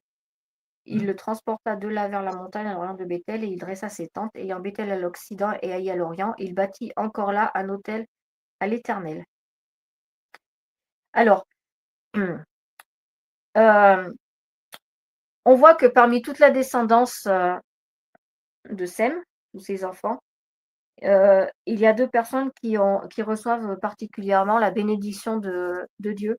C'est Abraham et Lot. Surtout Abraham. Parce que Abraham prend Lot qui est le fils de son frère, donc qui est son neveu, le prend avec lui. Abraham a une bénédiction de l'Éternel, tout comme son aïeul, qui était Noé, a eu. On n'oublie pas que Noé a été le seul homme sauvé, ainsi que sa femme, ses fils et les femmes de ses fils, par l'Éternel.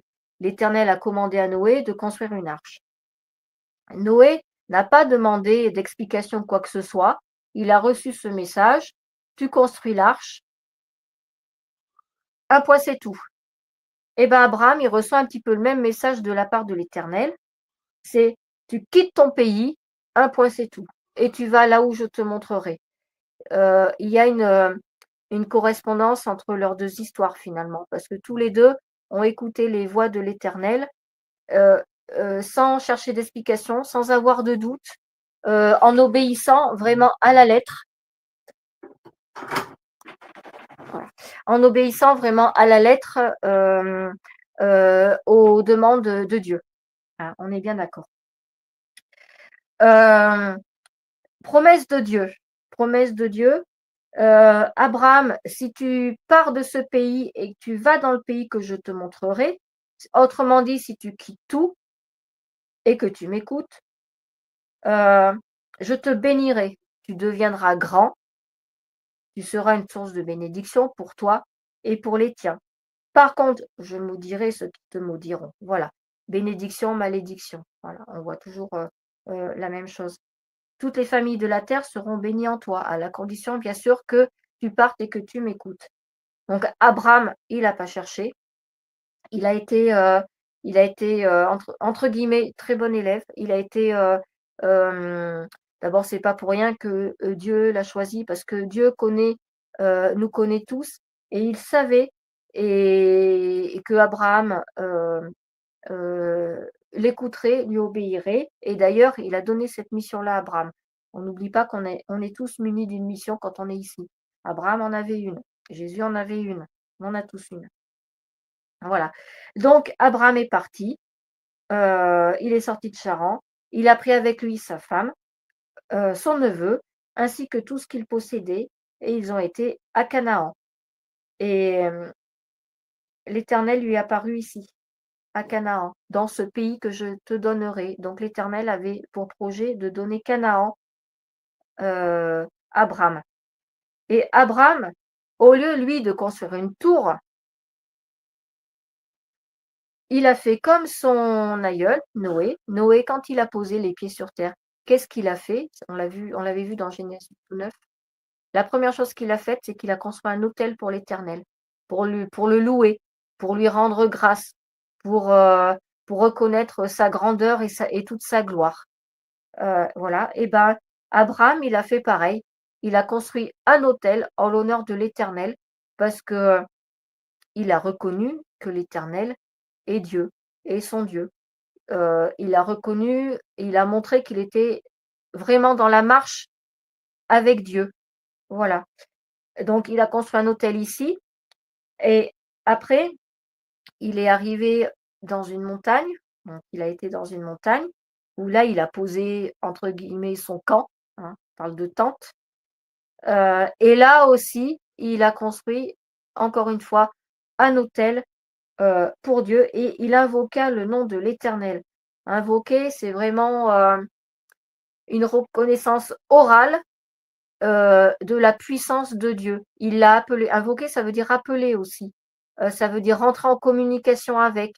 Ça veut dire, il y a beaucoup, beaucoup de sens dans le mot invoquer. Voilà. Donc, en fait, Abraham a vraiment été un homme qui est resté dans la marche avec Dieu quand il est parti de son pays, de sa patrie. Et il a voulu vraiment voir, il a voulu vraiment accomplir ce que Dieu lui a demandé, sans se poser de questions, sans aller chercher plus loin. Voilà.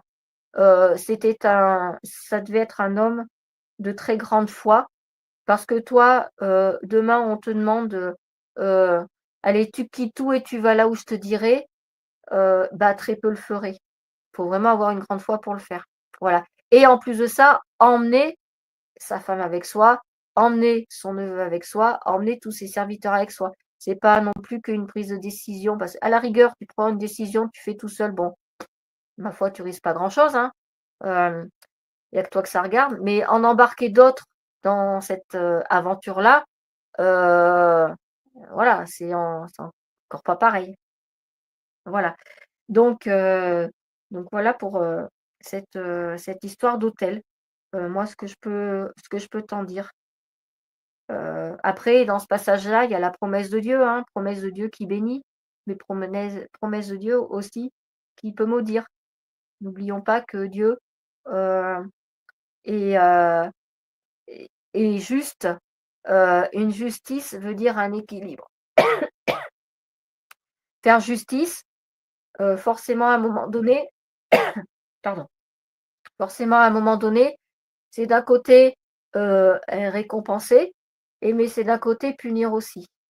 Voilà. En fonction des œuvres qui sont faites, bien sûr. Tu ne vas pas obtenir une bénédiction si tu fais rien, tu ne vas pas obtenir une malédiction si tu fais rien non plus. Voilà.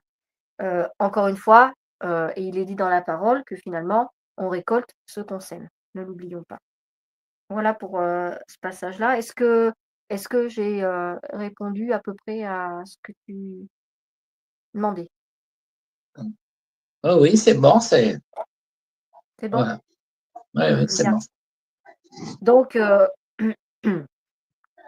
Abraham est vraiment un homme qui a une grande foi et qui est voué à l'Éternel. Il lui bâtit 2 autels dans le pays que Dieu lui donne, qui est Canaan. Mais voilà, voici ce qui se passe, c'est qu'il y a eu une famine dans le pays. Et oui, bah ça arrive, hein, ça arrive. Et donc Abraham décide de partir en Égypte pour se réfugier finalement. Voilà, sauf que Pharaon devait être un personnage un peu particulier parce qu'en fait, il a craint pour sa vie s'il venait et que Sarai était reconnue comme sa femme. Dit Pharaon va te vouloir comme femme, donc il va me tuer et puis je serai plus. Voilà, donc là, il a quand même eu malgré tout un petit doute. Il est pas dans la vérité, hein, parce que Dieu nous dit de pas mentir, hein. Donc là, il a menti et il demande à Sarai de se faire passer pour sa sœur. Attention, mensonge, on récolte ce qu'on sème. Et ben, le fait qu'il a menti, ça a été quand même découvert. Et ce qui s'est passé, c'est que Pharaon, euh, qui traitait bien Abraham parce qu'il avait pris Sarai pour femme, hein, quand il a découvert que Sarai finalement n'était pas la sœur d'Abraham, mais bel et bien sa femme, et ben il y a toute comme une malédiction finalement qui s'est posée sur eux. Pharaon a eu des plaies, hein, on parle de grandes plaies. Verset 17. L'Éternel frappa de grandes plaies Pharaon et sa maison au sujet de Sarai, femme d'Abraham. Sarai était une femme bénie et protégée de Dieu, hein. On va le comprendre encore mieux plus tard. Et le fait que Pharaon ait touché à Sarai, et ben Pharaon a été puni. Il y a de grandes plaies qui sont tombées sur Pharaon et sa maison, donc Pharaon et toutes les personnes qui l'environnaient. Voilà. Donc Pharaon a compris qu'il y avait une malédiction quelque part qui est tombée sur lui. Les Égyptiens croient beaucoup aux malédictions, hein. Et donc, qu'est-ce qu'il a fait? Il a demandé, il a ordonné, il a mis dehors Abraham et toute la maison, enfin tous les serviteurs d'Abraham, alors qu'Abraham était très bien traité par Pharaon au début. Voilà.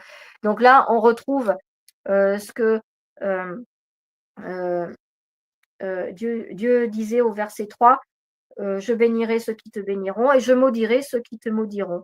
Et toutes les familles de la terre seront bénies en toi. Donc là, on retrouve bien une punition en quelque sorte concernant Pharaon et concernant Abraham, puisque Abraham sort d'Égypte, un pays où il n'y avait pas de famine, pour aller on ne sait où, on le verra après. Voilà. Par contre, Pharaon a quand même été généreux. Il aurait pu dire Abraham, écoute, tu t'en vas, tu sors. Par contre, je garde tout ce qui t'appartient, toutes tes richesses, tes serviteurs, je les garde. Non, je pense que Pharaon a vraiment voulu se débarrasser complètement de toute malédiction, de toute plaie, en, en mettant dehors tout ce qui avait, tout ce qui était en contact finalement avec Abraham et Sarai. Voilà. Voilà ce que moi j'ai compris de cette partie-là. Par contre, je mettrais un petit bémol dans la foi d'Abraham. Donc déjà, il a menti. Dieu qui sait tout connaît le mensonge et connaît la vérité, donc il sait qu'Abraham a menti, d'où punition. Abraham dit au verset 13, je te prie que tu es ma sœur, afin que je sois bien traité à cause de toi et que mon âme vive grâce à toi. Notre âme, elle vit grâce à une personne ou pas? Au verset 13, moi, il y a un truc qui me choque un peu, enfin, c'est un grand mot. Dis, je te prie que tu es ma sœur afin que je sois bien traité à cause de toi et que mon âme vive grâce à toi. Ma question, c'était, notre âme, elle vit grâce à qui? Grâce à quoi? Pourquoi elle vit, notre âme? Oui, par rapport à moi, pour moi, je ressens. Donc, comme ma sœur, enfin, que tu sois bénie, traitée, quoi, par Jésus, grâce à Jésus et le Saint-Esprit, non? Voilà, tout à fait. En fait, là, il y a eu une perte de foi d'Abraham, parce qu'en fait, Abraham a remis son âme entre les mains de Sarai, sa femme. Hein. Ton âme, tu la remets entre les mains de qui? Tu la remets entre les mains de Dieu. Oui, Pour que ton âme vive, il faut que tu sois dans la marche avec Dieu, que tu sois bah pas oui. dans le mensonge, que tu sois pas dans tout ça. Or là, Abraham, il était. Oui. Voilà. Donc là, il y a une perte de foi de sa part. Hein. Ouais, là, oui. Voilà. Donc voilà ce que j'avais à. Moi, de mon côté, ce que j'avais à dire sur ce chapitre 12 de Genèse. Est-ce que tu as quelque chose à rajouter? Ou alors, je vois qu'il est 19h45, j'ai mon chéri qui a essayé de se connecter un petit peu, je l'ai vu, après il est reparti. Moi, ce que je te propose de faire, c'est que on, on, on échange vite fait en fait sur ce qu'on a ressorti de ces 3 chapitres de Genèse, donc Genèse 10, 11 et 12. Toi, ce qui t'en ressort, ce que tu as à en dire, comme dit mon chéri, le mot de la fin. Moi, j'ai rien à dire. Tout est bien expliqué. J'ai tout, à peu près, pas tout compris, j'ai compris des trucs, mais j'ai compris que, comme tu expliques, là, c'est le. Ouais, je ne peux pas dire que c'est intéressant. Moi, j'ai bien aimé. C'était bien. C'était tout bien expliqué. Tout. Moi, j'ai rien d'autre à rajouter. Et qu'est-ce qui t'a le plus marqué? Qu'est-ce que tu auras le plus retenu dans ces 3 chapitres qu'on a lus? C'est dans j'avais posé la question dans l'épaule. Et en plus, il y a des trucs aussi qui me. Ça, c'est dans le. Non, non, non, attends. On a fait le 12, là. Oui, C'était dans le 11, je crois que c'était dans le 11. J'avais un truc pour voir la vie. J'avoue que j'avais eu, tu sais, pour ce truc qui m'a vraiment, ce grand truc qui voulait monter, comme on parlait tout à l'heure, Christelle, au ciel, comment c'est le chapitre, la comme tour tu de m'as Babel. expliqué. Voilà, Ouais, Genèse 11, la tour de Babel. ouais. Ça m'a, parce qu'il voulait être haut comme Jésus, quoi. Et Ouais, ça, j'ai dit, ça m'a touché de dire, il va être plus fort que Jésus. et oui. Voilà. Et ouais, ouais, c'est vrai. L'orgueil de l'homme à son Ouais. maximum, là. Hein. Ouais. Et malheureusement, qui est toujours d'actualité, hein, malheureusement. Hein. Oui. L'homme et la nature humaine n'a toujours pas compris les choses, n'a toujours pas compris que, pour la plupart, hein, je disais, sauf ceux qui sont vraiment éclairés du Saint-Esprit, qui sont, voilà. Mais, euh, mais voilà, il y en a beaucoup, ils n'ont pas compris qu'il n'y en a qu'un seul unique créateur au-dessus de tout, un tout-puissant, et c'est pas l'homme qui est tout-puissant. Hein. L'homme est une création de Dieu, hein, déjà. Dieu n'aurait pas existé, ne serait pas là. Nous, on n'existerait pas, on ne serait pas là. L'homme n'existerait pas, ne serait pas là. Donc, il faut vraiment garder cette humilité de dire que, ok, peut-être que par Jésus, on fera des grandes choses, d'accord? Mais attention, nous ne sommes pas Dieu. Attention. Et encore une fois, les capacités que Jésus nous a données pour qu'on fasse des belles choses, utilisons-le de belle façon, Oui. utilisons-le avec amour pour faire vraiment du bien autour de nous et non pas pour faire du mal et pour aller à l'encontre de ce que Dieu voudrait qu'on fasse. Voilà. Donc, il faut vraiment être, voilà, faut vraiment être pas se fortifier, être, être dans cet objectif-là. Dieu est amour. Dieu, c'est pas compétition, c'est pas orgueil, c'est pas mensonge. Ouais. Repensons aux fruits de l'esprit. On les reverra, les fruits de l'esprit, au fur et à mesure là, dans nos lectures. Et voilà, Dieu, c'est tout ça et on doit développer ces fruits de l'esprit. On ne doit pas développer l'orgueil, on ne doit pas développer le mensonge, on ne doit pas développer tout ce qui est compétition, faire du mal aux autres, voilà. Non, tout ça, c'est interdit. Voilà. On n'a pas le droit. Dieu n'a jamais voulu ça. Et si Jésus est mort pour nos péchés, pour éliminer les péchés de notre vie, on n'a certainement pas à les ramener dans nos vies. Voilà. Voilà. Je suis d'accord avec toi, Christelle. Voilà. Après, moi, oui, de ce que j'ai à redire de tout ce qu'on a lu là, des 3 chapitres, bon, qui étaient courts finalement, à 32 versets pour les 2 premiers, 20 versets pour l'autre. C'est que, c'est super intéressant, bibliquement parlant, historiquement parlant, géographiquement parlant, d'avoir cette approche, que le décor soit planté, voilà, parce que vraiment on rentre vraiment dans l'histoire biblique. Moi, je trouve que on arrive beaucoup plus à concrétiser ce qui se passe, voilà. C'est comme si en fait tu es à l'intérieur, tu es avec ces personnages-là, voilà. Et oui, cette histoire de la tour de Babel qui a été quand même un épisode très très marquant de l'histoire biblique, puisque de là la création des nations est partie. De là, l'homme a vu que il pouvait être puni également s'il ne marchait pas avec Dieu et s'il veut devenir plus haut que Dieu, hein, plus haut. Voilà, on reparle de la hauteur de la tour de Babel. Et également le début de l'histoire d'Abraham. Abraham qui a quand même écouté sans se poser de questions les voix de Dieu en quittant tout, hein, sans savoir où il allait, chose qui n'est pas évidente, mais qui néanmoins a manqué de foi pour la sauvegarde de son âme, en remettant la sauvegarde de son âme entre les mains de sa femme, alors qu'il n'y en a qu'un seul qui peut le faire.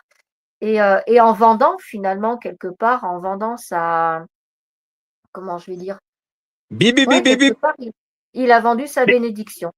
Voilà. J'entends un bip, bip, ça veut dire qu'on arrive au bout, mon chéri? Ouais, je te fais une petite aparté. Regarde ton temps et il faudra que tu penses à la prière. Alors, on est à 1h43. On était en train de faire notre petit mot de la fin, chacun, et on va passer à la prière. Ok, je vous laisse terminer, les amis. Et donc, à 2h, quand on arrivera à 2h, je clôture. Je vous fais de grosses bises. Et à très vite, mon Jean-François. Sois béni dans le nom de Jésus. Voilà, donc moi, ce que je retiens de ces trois chapitres, voilà, mais super intéressant d'avoir le début de l'histoire biblique, voilà. Et vraiment, alors, je te dis pas d'étudier tous les noms, tous les prénoms, parce que c'est vrai que si on étudiait la signification de chaque mot qu'il y a, de chaque nom, et surtout de chaque nom, chaque prénom qu'il y a, je sais pas si toute une vie suffirait, hein. Mais moi, je t'encourage, Jean-François, quand tu fais la lecture chez toi, tant pis, c'est pas grave. Même si tu lis que un verset, 2 versets, 5 versets, mais que tu vois un nom, quelque chose, tu sais pas trop ce que ça veut dire, va chercher la signification. Ça te donnera des éclaircissements sur le verset, déjà d'une. Et voilà, ça a permis une meilleure compréhension aussi. Voilà. Écoute, on va prier, du coup.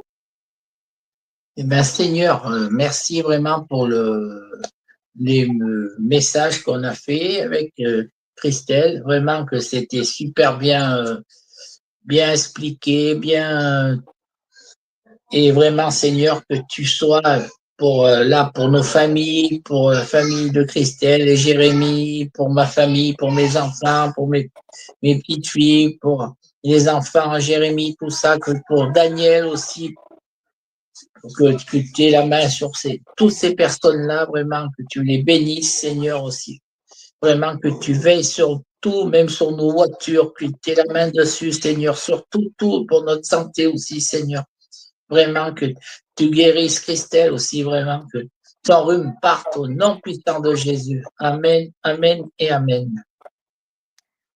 Amen.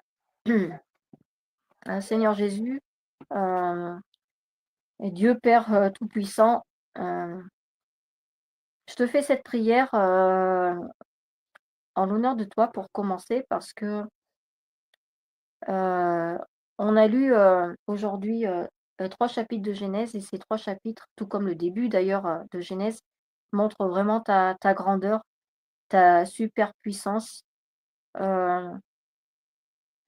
Je dirais également ta grandeur d'esprit, bien sûr, toi qui es Esprit Saint également, parce que malgré toutes les imperfections de l'homme, malgré les faiblesses de l'homme, malgré la méchanceté de l'homme, euh, tu sais le bénir également et tu sais nous bénir. Euh, Tu continues malgré tout à nous apporter de belles choses, à nous faire des promesses que tu tiens, puisque tu n'es pas père du mensonge, contrairement à Satan. Tu es père de la vérité, tu es père de la justice, et tu es avant tout le meilleur des pères qu'on puisse avoir. Je fais honneur aux papas qui sont sur terre, qui sont autour de nous, bien évidemment, mais toi, tu es le père des pères, le père qui surpasse tout. Et je voudrais te remercier pour tout ce que tu as fait pour moi dans ma vie, mais également pour tout ce que tu as fait pour euh,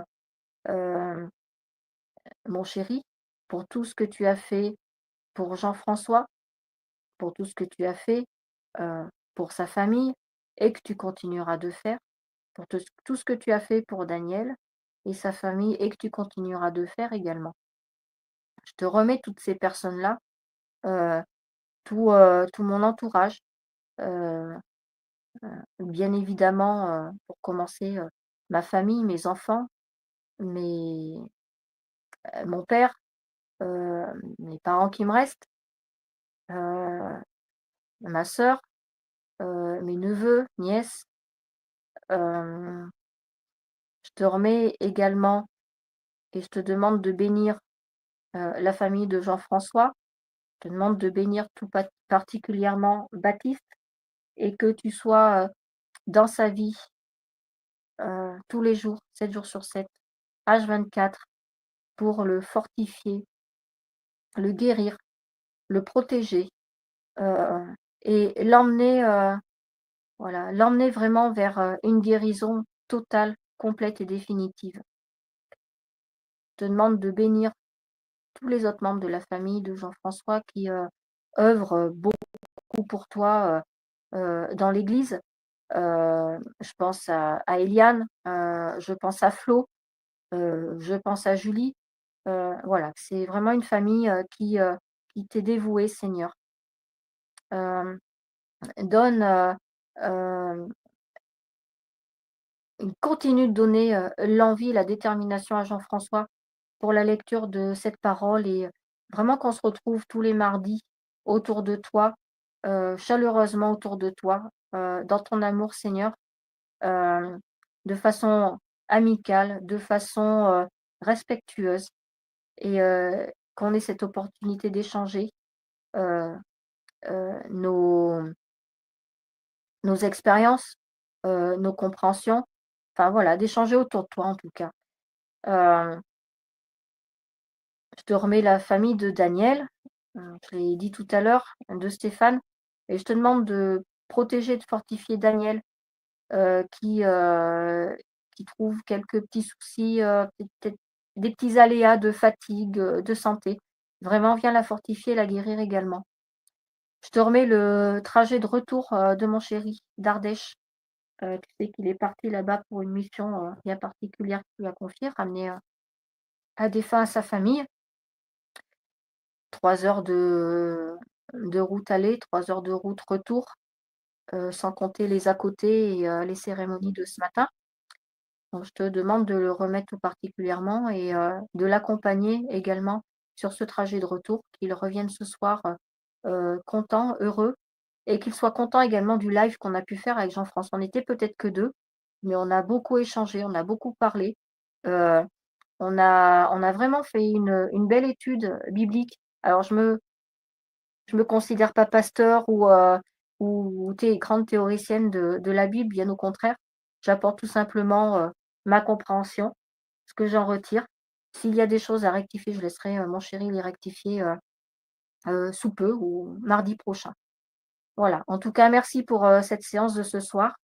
Que cette semaine soit également bénie pour nous tous, dans notre travail, dans nos trajets, dans nos relations, nos différentes occupations, Seigneur. Et je te loue, je te rends grâce pour toutes ces belles choses, encore une fois, que tu fais pour nous, pour ce que tu es, ce que tu fais, ce que tu feras, ce que tu fais encore. Vraiment, ouais, vraiment merci pour tout. Amen. Amen.